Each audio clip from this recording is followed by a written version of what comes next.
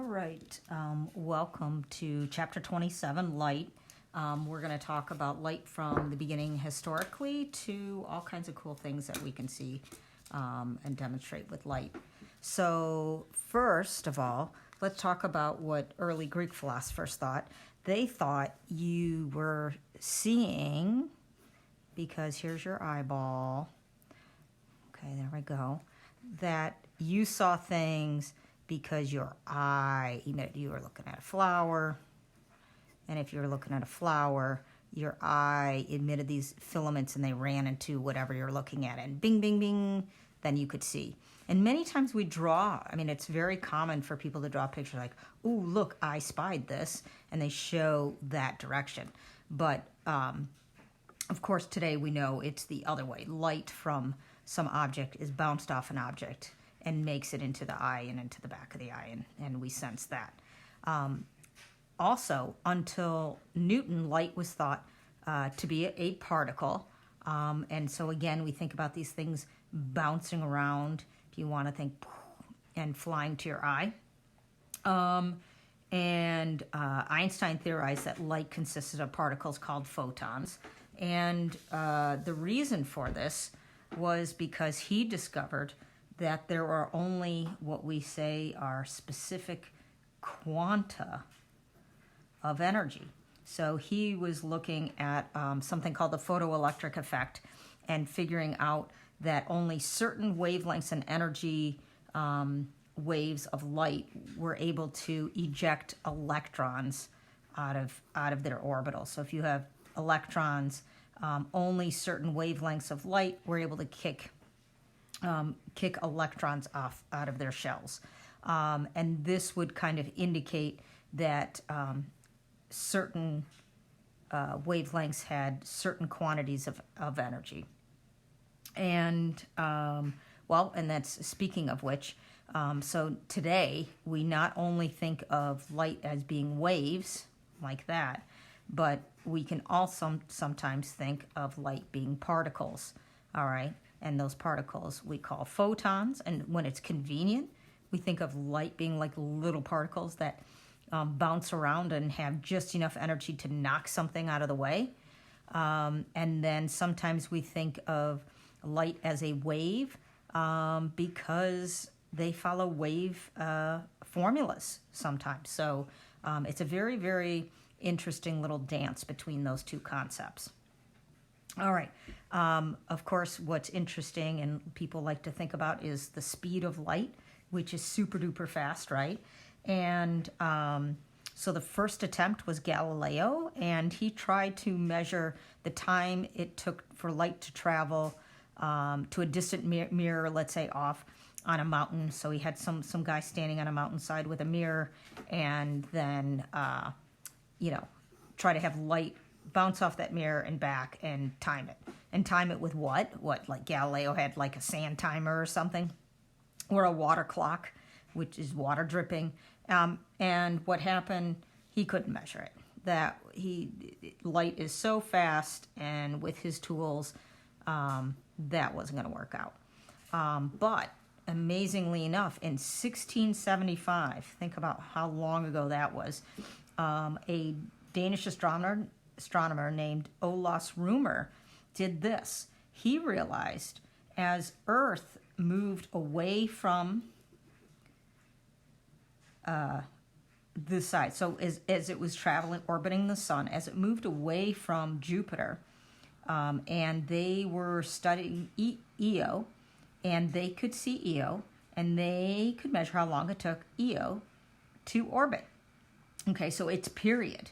So Io's moon, the moon Io's orbit around Jupiter, when they measured how long that took as the Earth was going from here to here, it took longer than when Earth was traveling here and watching the same thing happen. In fact, the time difference, it turned out to be, was around 20 minutes. Okay? So what did they do with that information? Well, another astronomer, physicist, Christian Huygens, He interpreted Römer's measurements. He saw this astronomical data, and he did this. We know that speed is distance over time, and he realized that the distance is going to be this extra, so he did everything extra. He did extra distance, the light from Io, so the observance of the period, of course, is due to light reaching us and using that to time. And so he said light would have to travel this extra distance. So he put that extra distance up there. And what did he put in the denominator? The time would be the extra time. How much longer did it take? About that 20 minutes of time it took, he assumed, would take the light from Io to reach us than if the Earth was in this part of its orbit. So this was the Earth's orbital diameter then, and 20 minutes is about 1,000 seconds. And so they ended up with a speed of light around 300,000 kilometers per second. All right.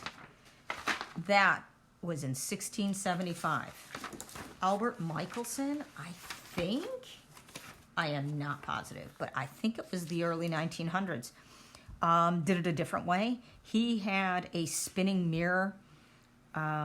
So he had a very, very fast rotating object that had some mirrors on it. I don't know if it had just one mirror.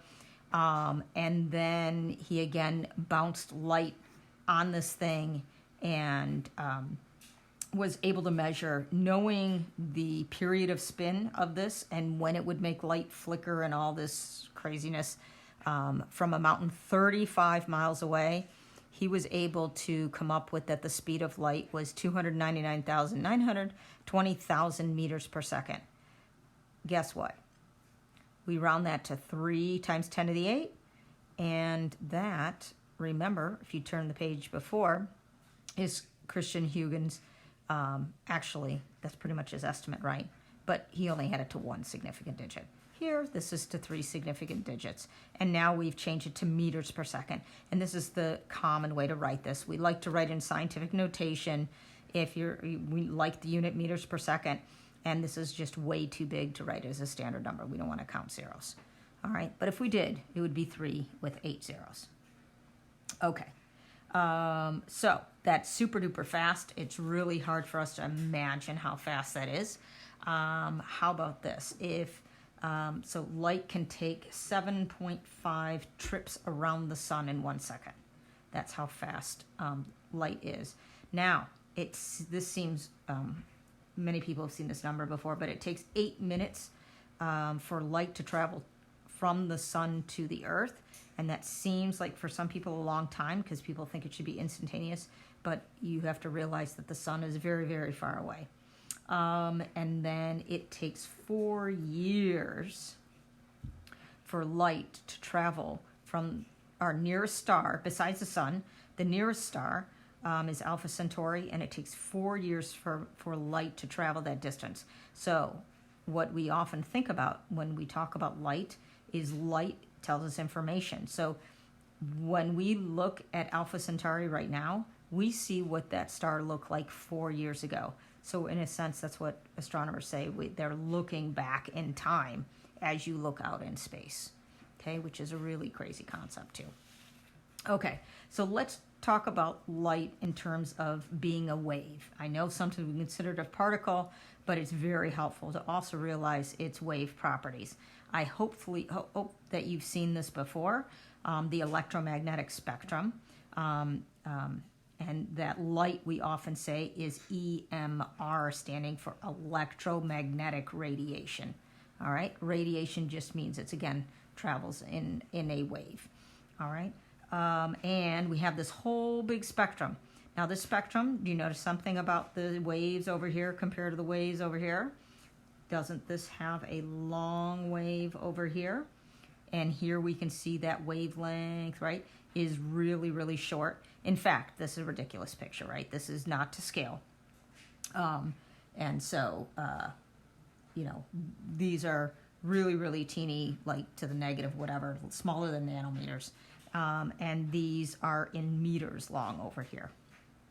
Okay, What do we want to say? Well, we know a formula. V equals F times lambda.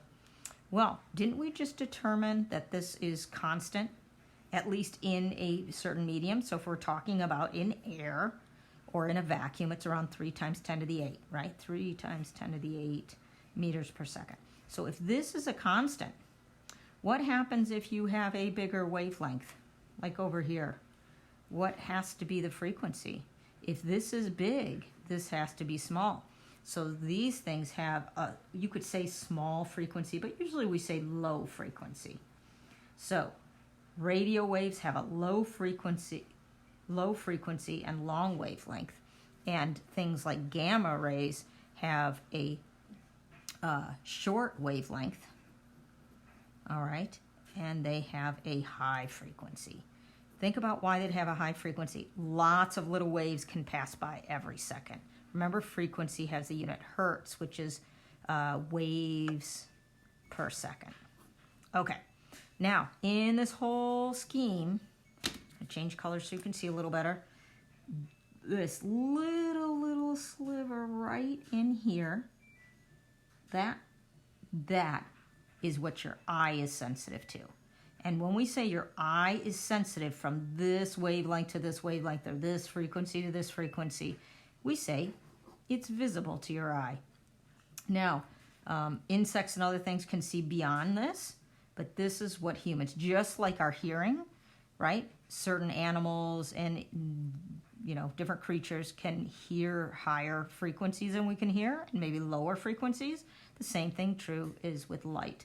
Our eyes are sensitive to this range, and we say that's visible light. Then you see in this picture, this is what's always done. We see this completely expanded now, right? And we can see from red to violet. And so this is often what we say is Roy G. Biv. And notice they didn't put indigo in there. Okay. But that's just, you know, arbitrary, because look at, there's no like specifically one red or one orange or one yellow. There are all the wavelengths. Anything in between can exist. This is a full rainbow. And so there's really infinite colors. There are not just 7 colors in the rainbow. All right. Now, so we don't see violet very well, in fact. And when we really can't see it is when it becomes ultraviolet. And I see that's just kind of written over here. Realize ultraviolet is just next to violet. Doesn't that make sense for that name? Okay. Just like ultrasonic is higher in sound than we can hear in a frequency. Well, ultraviolet light is just higher in frequency that our eyes cannot see that. And do you remember there was something called infrasonic, which is when the sound has such a low frequency we can't hear it? Well, there's infrared. And infrared is a lower frequency than red. Okay, you can see right here, the frequency of red is 4.3 times 10 to the 14 hertz. Here, by the way, is the wavelength in nanometers. Okay, nano is times 10 to the minus 9 meters. And so basically just beyond that is infrared, and our eyes cannot sense that. This can be measured with, it has a heat signature. Insects can see in infrared. You can buy infrared film. Oh, if you have night vision scopes, that's what that's going to be reading in infrared. And then if you have scope, it will convert it into a visible thing that you can see. All right, so we have infrared. It's infra, not infer. It's infrared. We abbreviate that IR. Ultraviolet, we abbreviate UV. Then we see, if we go this way, we have UV, then we have X-rays, and then we have gamma rays. Another nice formula, I don't know if I have it later in here, I don't think I do, is E equals, H times F. And this is a formula how much energy is in a wave. And as we see, remember the frequency is increasing this way. So if this gets bigger, and this is a constant, then the energy is going to get bigger. That means the wave will hold more energy. And this is why you hear about UV rays being able to cause damage, because they're higher energy waves. We know X-rays have even more energy, and you have to be cautious about how many X-rays you get. And gamma rays you don't want to be exposed to at all. And this is what the story is, that the hull could change because of gamma rays over there. All right, what if we go the other way? If we go this way of the to the left of the visible spectrum, we have infrared. And so what do we know? Since its frequency is less, its energy is less. So we don't have to worry about infrared really causing damage. I mean, it can cause burns, but, and the same thing as we go this way. So we have infrared here, then we have microwaves in this range, we have TV waves and radio waves. Radio waves are the longest waves. All right, and you need a bigger antenna to catch those longer waves that are there. All right. Oh, and I already said this. The shorter the wave, the blank the frequency, the higher the frequency, and the greater the frequency, the greater the energy. All right. Let's talk about light and what it can go through. If it can travel through a material, we say the material is transparent. Okay, so it can transmit light. Okay, see, transmit, transparent. What happens in those materials is as the light strikes the material, the electrons in the material start to vibrate. And as they vibrate, then they convert it and re-emit it as light. They can travel that energy. So one particle can absorb that light and then transmit it to the next one, transmit it and release it, transmit it, till you get through to the other side of the material. Let's say if that was a piece of glass, and then the energy comes out the other side in the form of light. What materials are transparent? Examples would be, let's say, glass, like I just gave here. Water is considered to be transparent. Now, when we say it's transparent, we're saying transparent to light, but maybe not all wavelengths of light. One of those interesting aspects is UV light and glass. Glass tends to have a natural vibration frequency in the UV range. We talked about having a natural vibration and resonance when we were talking about waves, and that some things like either a swing or a pendulum or a wine glass or some other material, when you a bell, when you ring it, it naturally likes to vibrate at some frequency. Well, it turns out that UV light's frequency, when it hits it, glass is kind of happy with it. And as it hits that, it tends to hold that energy and starts to vibrate with it. When it holds that energy, it causes collisions with other atoms. And when it causes collisions with other atoms, it turns out there's a loss of energy in the form of heat. And now that it lost that energy, it can't transmit it as light anymore. So UV light enters, let's say, glass, and it just doesn't make it through. So this is why you tend not to be able to get a sunburn through the glass of your car. Some places, like I know, some of the water parks that have indoor water parks actually have special panels of plastic in their sunlight so that you can actually get tan inside. So they're making sure to use certain materials that are transparent to UV because unfortunately UV, which causes damage to your skin, also makes you tan. And some people want that. All right. There's a time delay in the transmission. So as light travels from one particle to the next, that takes time. And because of that, the speed of light is going to be slower through the medium. When we talked about the calculations of the speed of light were, those are considered in a vacuum and pretty much in air. Air, it's a little bit slower, but realize air doesn't have that many particles, so it's not going to be too much different than a vacuum. We give the speed of light the letter c, And many people know that. If you've ever seen E equals mc squared, that c is the speed of light. And the speed of light, again, we said is 300,000, 300 million meters per second, or 3 times 10 to the 8. Glass, and of course it depends on what kind of glass. If it's flint glass, leaded glass, or whatever, the speed of light we can list as around, 0.67 c. All right, now what does that mean? It's 0.67 of what c is. So we can take 0.67 and we can times it by 3 times 10 to the 8 meters per second. And if you did that, you would get 2.01 times 10 to the 8 meters per second. All right, so speed of light in glass is around 2 times 10 to the 8 instead of 3 times 10 to the 8. How about in water? It's around 0.75 c, and you could calculate what that is. Now, if you think, what material would have the slowest speed out of all materials that we can think of? What do you think? I'm going to give you a second. You can guess. You can yell out loud to yourself. What do you think it is? Well, the slow speed ends up creating kind of a cool thing with its refractive properties. So, what do we like to have light travel through that creates a cool effect? Anyone know?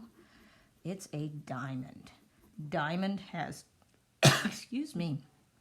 has what the slowest speed, and in fact, it has the highest, what we call index of refraction, but that's more AP concept, but it ends up being around 0.42 C. So quite a bit lower than any of these other materials, okay? And that's partially what leads to diamonds sparkling, because it also means that light bends the most entering a diamond. All right, how about opaque materials? These are things that absorb light without readmission. And so what are some examples that take in light but don't let it out so you can't see through the material?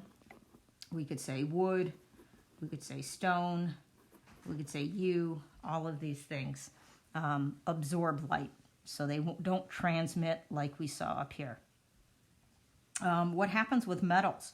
Well, metals are special, and we've dealt with this before. The same reason that they're conductive is that they have these crazy outer electrons that are not bound to one atom, which is why they conduct. Well, these outer electrons create a different situation here, and these outer electrons become vibrating, but they don't transmit it through the material. They just vibrate and reemit as visible light. And so what happens? Those atoms, the light hits it, the electrons vibrate, and they just reemit it. And so we say metals are shiny and they end up reflecting light. So it does not transmit through it. All right, what about our atmosphere? Is it transparent or opaque? Well, it turns out it's transparent to visible light, which is a good thing for us, right? So what our eye can sense, our atmosphere is transparent to, so we can see the sun, right? So we can see that visible spectrum come through. It is transparent to some IR or infrared. And so you could pick that up if you had an infrared camera. And it's opaque to high frequency UV. This is a good thing because, so what does that mean? It means those larger waves can travel and hit the earth, but these shorter wavelength get absorbed in our atmosphere. That's good because remember, higher frequency UV waves also are higher energy waves, and so they're damaging. And so we are glad that those don't make it to Earth. All right, why don't they make it to Earth? Because of our ozone layer. So our ozone layer helps protect the Earth, and so that's why we don't want to have a damaging or missing ozone layer. Ozone if we want some chemistry, is O3. It is triatomic oxygen. It is unstable, and when that UV light hits it, it ends up breaking the O3 back into O2 while it's absorbing that energy, and it sacrifices itself and prevents the UV from coming in. Clouds are semi-transparent to UV, so they let some of the UV through, but not all the UV through. All right, so this means that if there's cloud cover, you're less likely to get sunburn, but because they're still transparent to some UV, it doesn't mean you won't get any sunburn just because it's cloudy. All right.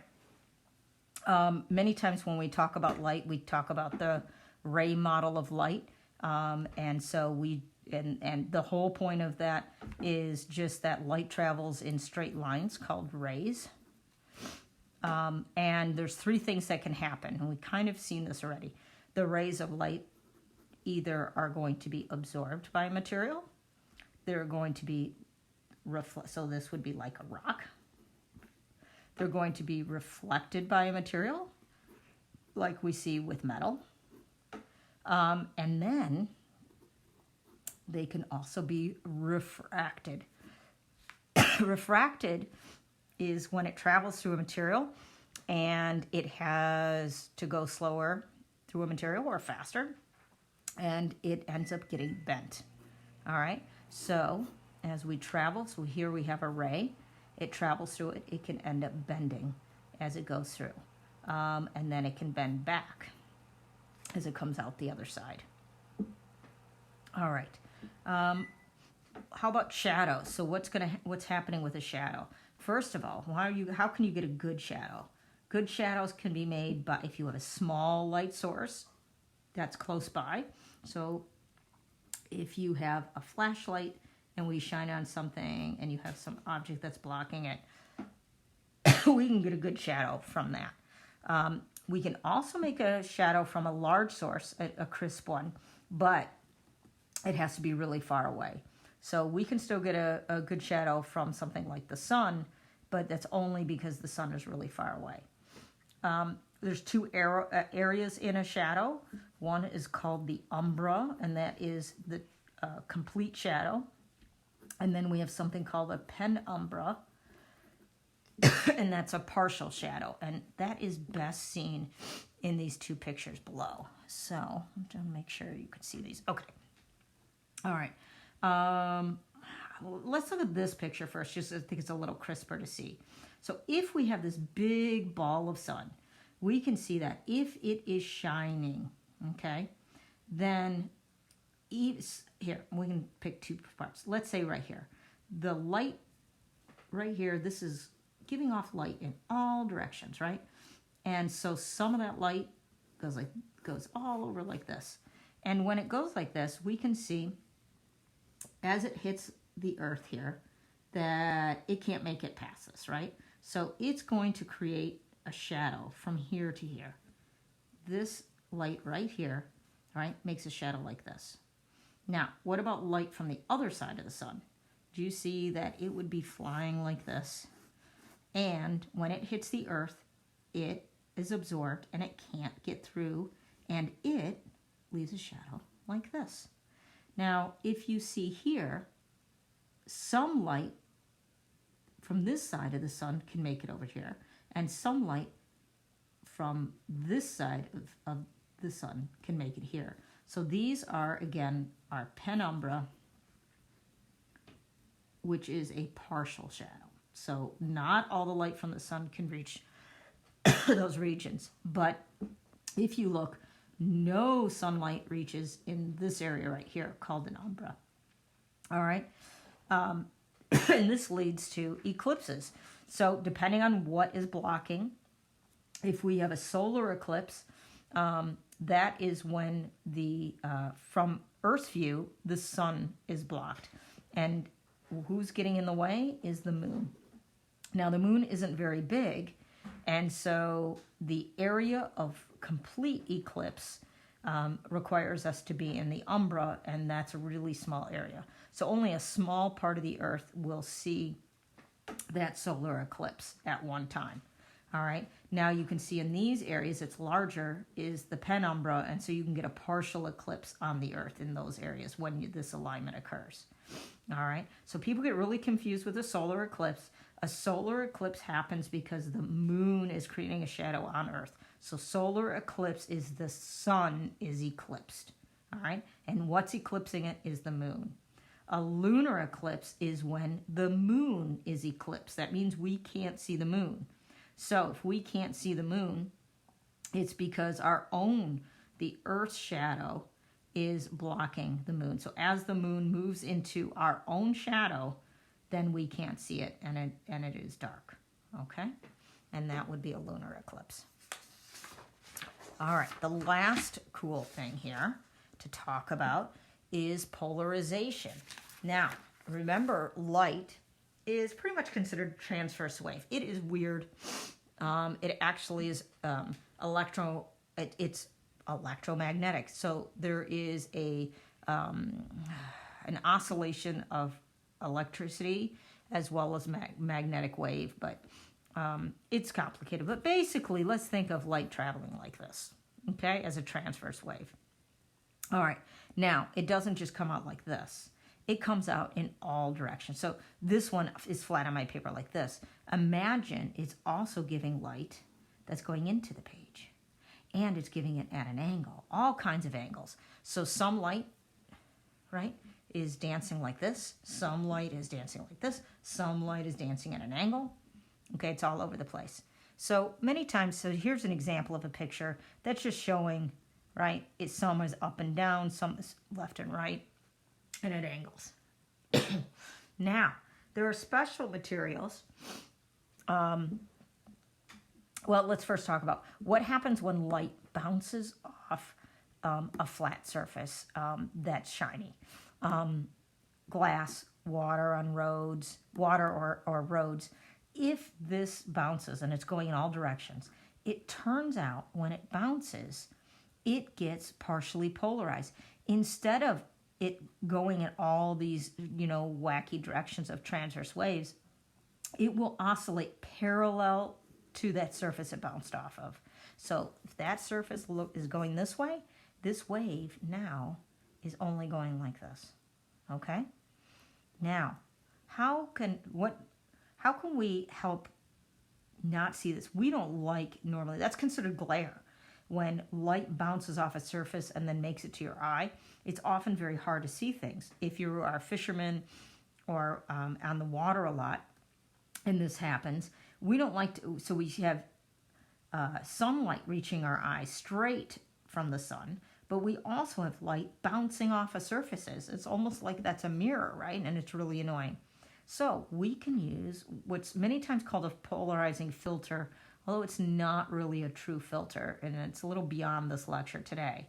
But basically, a polarizer just has light go through in one direction. If I have a polarizing filter that's a vertical filter, and again, it's not a true filter, but let's just use that word. Light here is going all different directions, but when it comes through, it is only allowed to be going in one direction. Okay? So, number one, if you have a polarizer, you have less light coming out, period. Okay? There was a bunch of light in all different directions, and it basically got squeezed down into only going in one direction. All right? So if things were at an angle, you get some part of that coming through here, but only the part that is the vertical component of it. So we can think X and Y component stuff. All right, so there is less light. So if you have polarizing sunglasses, you're going to have less light coming through, which is one reason to wear sunglasses.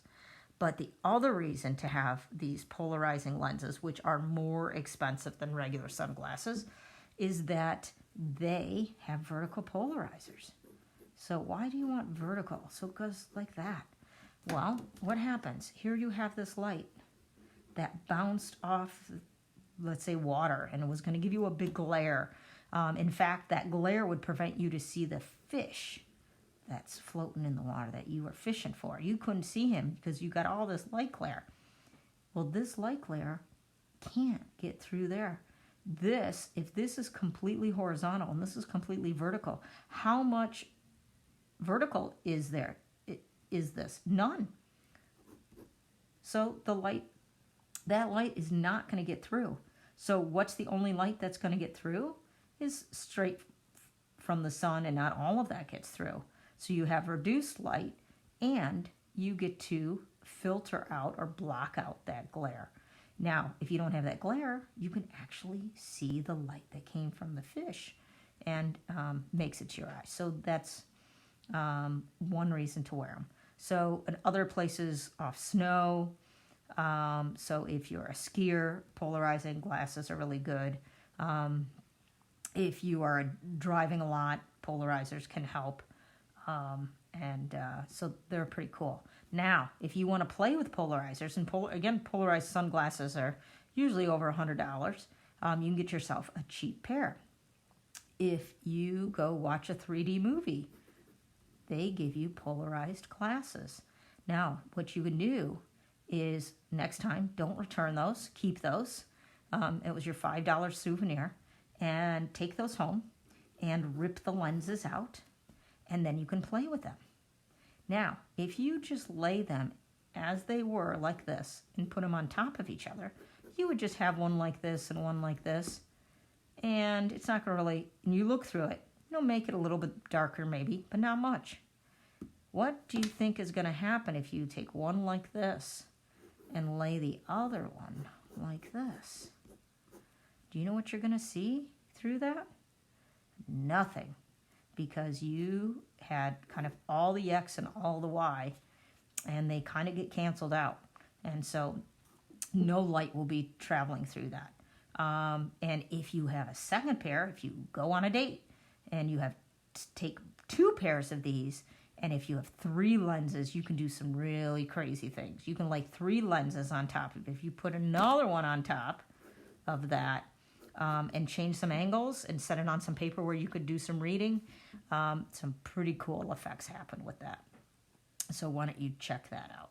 Okay, that's all we have on light. And the last thing for you to do is maybe make some solar ovens. All right.